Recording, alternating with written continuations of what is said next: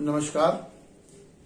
केंद्रीय विद्यालय पन्ना मध्य प्रदेश के सम्मानित प्राचार्य जी AC राजपूत जी तथा वहां के physical education teacher Dinesh Kumar ji के साथ विद्यालय की समस्त टीम जो फिट इंडिया मूवमेंट के तहत इन कार्यक्रमों को करा रही है, उनका मैं हृदय से धन्यवाद ज्ञापित करता हूं कि उनने मुझे अपने इस कार्यक्रम से जोड़कर वीडियो व्याख्यान बनाकर फिट इंडिया मूवमेंट के तहत जो कार्य कराने हैं या फिजिकल फिटनेस की जो गतिविधियां करानी है, कैसे स्वास्थ्य बनाना है, उसके बारे में अपनी बात रखने का मौका दिया। जैसा कि हम लोग जानते हैं, हमारे भारत के प्रधानमंत्री नरेंद्र मोदी जी ने यह एक अभिनव योजना 29 अगस्त 2019 को फिट इंडिया मूवमेंट के तहत 4 साल की रेल रखी, जिसमें उनने 2019-20 को फिजिकल फिटनेस के तमाम कार्यक्रम चलाने की योजना बनाई। 2020-21 के लिए खाने की आदतों में सुधार कैसे करेंगे, पौष्टिक आहार क्या है, जंक फूड क्या है, हमको स्वास्थ्यवर्धक अपने वृद्धि और विकास के लिए कौन सा खान पान कैसा होना चाहिए, उस पर हम बात करेंगे और लोगों को जागरूक करेंगे। 2021-22 में पर्यावरण अनुकूलन जीवन शैली दीर्घकालीन जीवन, यानी कि पर्यावरण के मित्र बनकर हम किस तरीके से अपने पर्यावरण का संरक्षण करते हुए दीर्घकालिक जीवन का निर्वहन कर पाएंगे, उसके बारे में हमें तमाम कार्यक्रम कराने हैं, जिससे कि लोग इसके बारे में जागरूक हो सकें। चौथा वर्ष जो है 2022-23 में अच्छे स्वास्थ्य जीवन की शैली, इन 4 भागों में 4 सालों में 4 चीजों को हमें विकसित करना है अपने नागरिकों के लिए। जहां तक शारीरिक क्षमता को विकसित करना यानी फिजिकल फिटनेस को विकसित करना है, तो फिजिकल फिटनेस के जो प्रमुख घटक है वो आपके speed, strength, endurance, flexibility, eligibility, ये सारे हैं। जैसे कि जिससे हम अगर उनको हिंदी में कहें तो गति, सहनशीलता, ताकत, लचीलापन और चपलता, इन 5 घटकों के माध्यम से हम अपने शरीर की फिजिकल फिटनेस को बनाते हैं। फिजिकल फिटनेस को बनाने के लिए, जैसा कि हम जानते हैं कि फिजिकल एक्सरसाइज का बहुत बड़ा योगदान है। आजकल तरह तरह के फिजिकल फिटनेस के प्रोग्राम चल रहे हैं और विद्यालय स्तर पर बच्चों को मैं ये बताना चाहूंगा कि फिजिकल फिटनेस ही नहीं, आपके शारीरिक, मानसिक, सामाजिक और संवेगात्मक विकास के लिए खेलकूद और शारीरिक फिटनेस बहुत जरूरी है। अगर आप शारीरिक रूप से बिल्कुल फिट रहेंगे तो मेरा मानना है कि आप हिट रहेंगे। हिट बनना है तो फिट बनना होगा।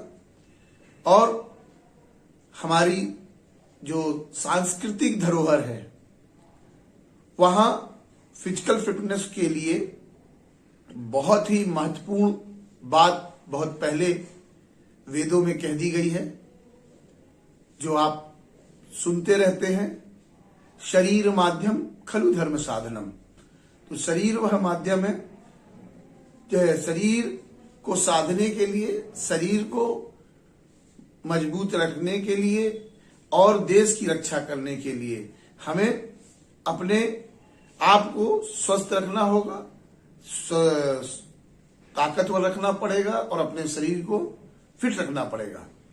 अन्यथा हम आज जो हमारे देश में सबसे ज्यादा युवा पीढ़ी है, उसके लिए फिटनेस एक बहुत महत्वपूर्ण घटक हो जाता है।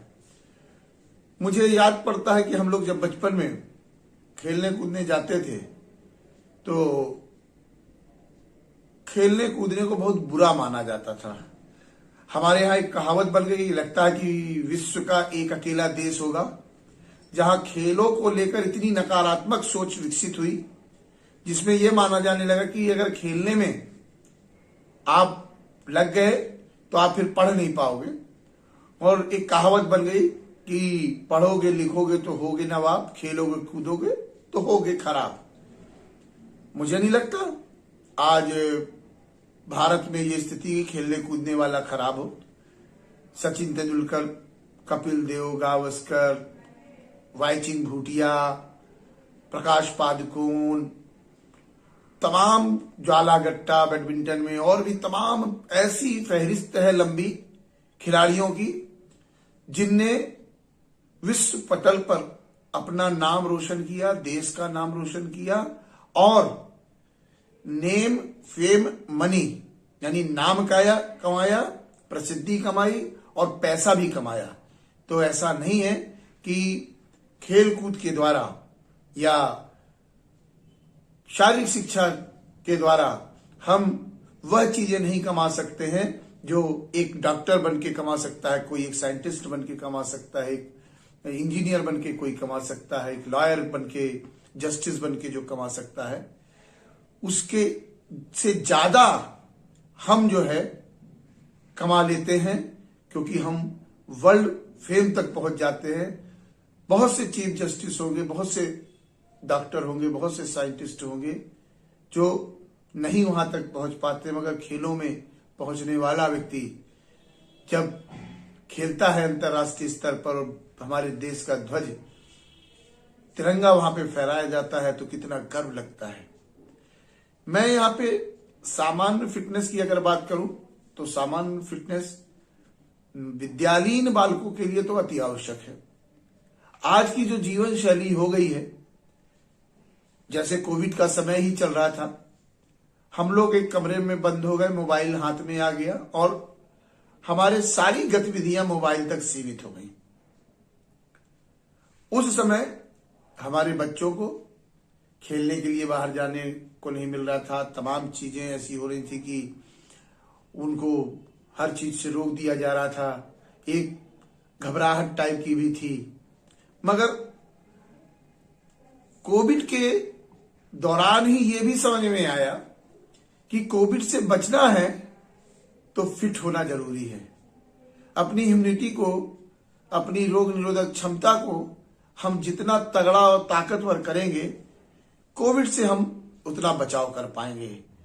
तो इस बीमारी के दौरान, ये जो संक्रमण फैला इसके दौरान, अगर दो चीजें सबसे महत्वपूर्ण निकल के आई जो कोविड से लोगों को बचा सकती थी, वो दो चीजें थी, फिजिकल फिटनेस और साथ में आहार, आपका खान पान, आपकी जीवन शैली।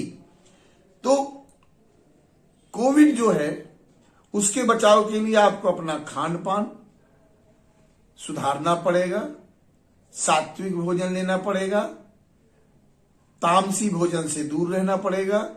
तामसी का मतलब होता है जो तेल, ज्यादा तले हुए, भुजे हुए, मसालेदार भोजन, उनकी जगह हम पौष्टिक आहार लें। और फिटनेस के लिए तो एक्सरसाइज है, और एक्सरसाइज से भी ज्यादा महत्वपूर्ण, जहां पे हमारे पास जब मैदान में दौड़ने के लिए जगह नहीं है, घर में बंद हो गए, 2 कमरे का घर है, घर में भी ऐसी व्यवस्था नहीं है कि हम कहीं पे कुछ ऐसा छोटा सा जिम बना लें या कुछ बना लें। तो बच्चों, उस समय हमारे देश में विकसित जो व्यायाम प्रणाली है, जिसको हम इतना परिष्कृत कर चुके हैं कि वह व्यायाम प्रणाली का ग्रंथ ही ना होके शिक्षा का ग्रंथ हो गया है। ऐसी ग्रंथ के रचयिता पतंजलि के अष्टांग योग में वर्णित आसन, प्राणायाम और ध्यान, इन तीन को हमने कोविड में सबसे ज्यादा महत्व दिया। और कोविड के समय, ये कोरोना संक्रमण के समय, इन तीन चीजों ने, जो पतंजलि जी की अष्टांग योग जिसमें 8 अंग हैं, यम, नियम, आसन, प्राणायाम, प्रत्याहार, धारणा, ध्यान, समाधि, उसमें से 3 जो ये है, आसन, प्राणायाम और ध्यान, इनने बहुत महत्वपूर्ण भूमिका निभाई है हमारे देश में कोविड से बचाव में। हमारे नागरिकों को, जिनने इसका सहारा लिया, उनने कोविड से जंग भी जीती और अपने को फिट भी रखा। हमारे यहाँ योग में प्राचीन काल से ही व्यायाम का बड़ा महत्व रहा। हम बीच में लड़खड़ाए जरूर, जब हमारे देश में विदेशी आक्रमणकारियों का हमला हुआ, हमारे देश की सांस्कृतिक धरोहरों को लगातार तोड़ा गया, खत्म करने की कोशिश की। इन लगभग 1200 साल के इतिहास के कारण से हम अपनी महत्वपूर्ण उपलब्धियों का ही उपयोग ना कर पाए। वर्तमान में हमारे देश की व्यायाम प्रणाली पूरे विश्व में चर्चा का विषय है। योग क्रियाएं, यौगिक क्रियाएं, और यौगिक क्रियाओं में तमाम ऐसी चीजें हैं, कई प्रकार के आसन हैं जिनसे आप जो है अपने शरीर को फिट रख सकते हैं। अपने लंग्स को मजबूत रखने के लिए, अपनी ऑक्सीजन कैपेसिटी को बढ़ाने के लिए, अपने ब्लड प्रेशर को कंट्रोल रखने के लिए, और अपने शरीर के अंदर ब्लड का सर्कुलेशन बहुत अच्छा रखने के लिए विभिन्न प्रकार के प्राणायाम बताए गए हैं और उनके तमाम लाभ बताए गए हैं। उनका उपयोग इस कोरोना काल में खूब हुआ। इसके साथ ही जो आपके आसन हैं और ध्यान है, मेडिटेशन तो इस कोरोना काल का जैसे ब्रह्मास्त्र बन गया था। एक घर के अंदर कैद होने के बाद लोगों में जब डिप्रेशन का समय आने लगा, लोग डिप्रेस होने लग गए, उनमें इस तरीके की भावनाएं आने लगी, नकारात्मक सोच होने लगी, तो उस समय हमारे मेडिटेशन ने, हमारे जो ध्यान है, ध्यान के द्वारा हमने अपने मस्तिष्क को संतुलित रखा और भटकने नहीं दिया, डिप्रेशन में अपने आप को जाने नहीं दिया। यह ऐसी क्रियाएं हैं हमारे व्यायाम की, हमारे देश में, जिनका उपयोग आज पूरा विश्व कर रहा है। और उसके अलावा जो विश्व की अन्य जगहों से आई हुई खेलकूद की कलाएं हैं, व्यायाम की कलाएं हैं, उनको भी हमने आत्मसात किया है और उनका भी उतना ही रोल है फिट रखने के लिए बालक को या बालिका को, जितना कि हमारे यहां योग का है। मैं इतना ही कह सकता हूं कि आपको स्वस्थ रहना है, अपने जीवन को अच्छे से संचालित करने के लिए, अच्छे से आगे बढ़ने के लिए, अपने शारीरिक और मानसिक संतुलन को बनाए रखने के लिए, और साथ ही साथ अपने क्रियाकलापों को सही तरीके से करने के लिए शारीरिक स्वास्थ्य और शारीरिक दक्षता के साथ शारीरिक स्वस्थता बहुत आवश्यक है।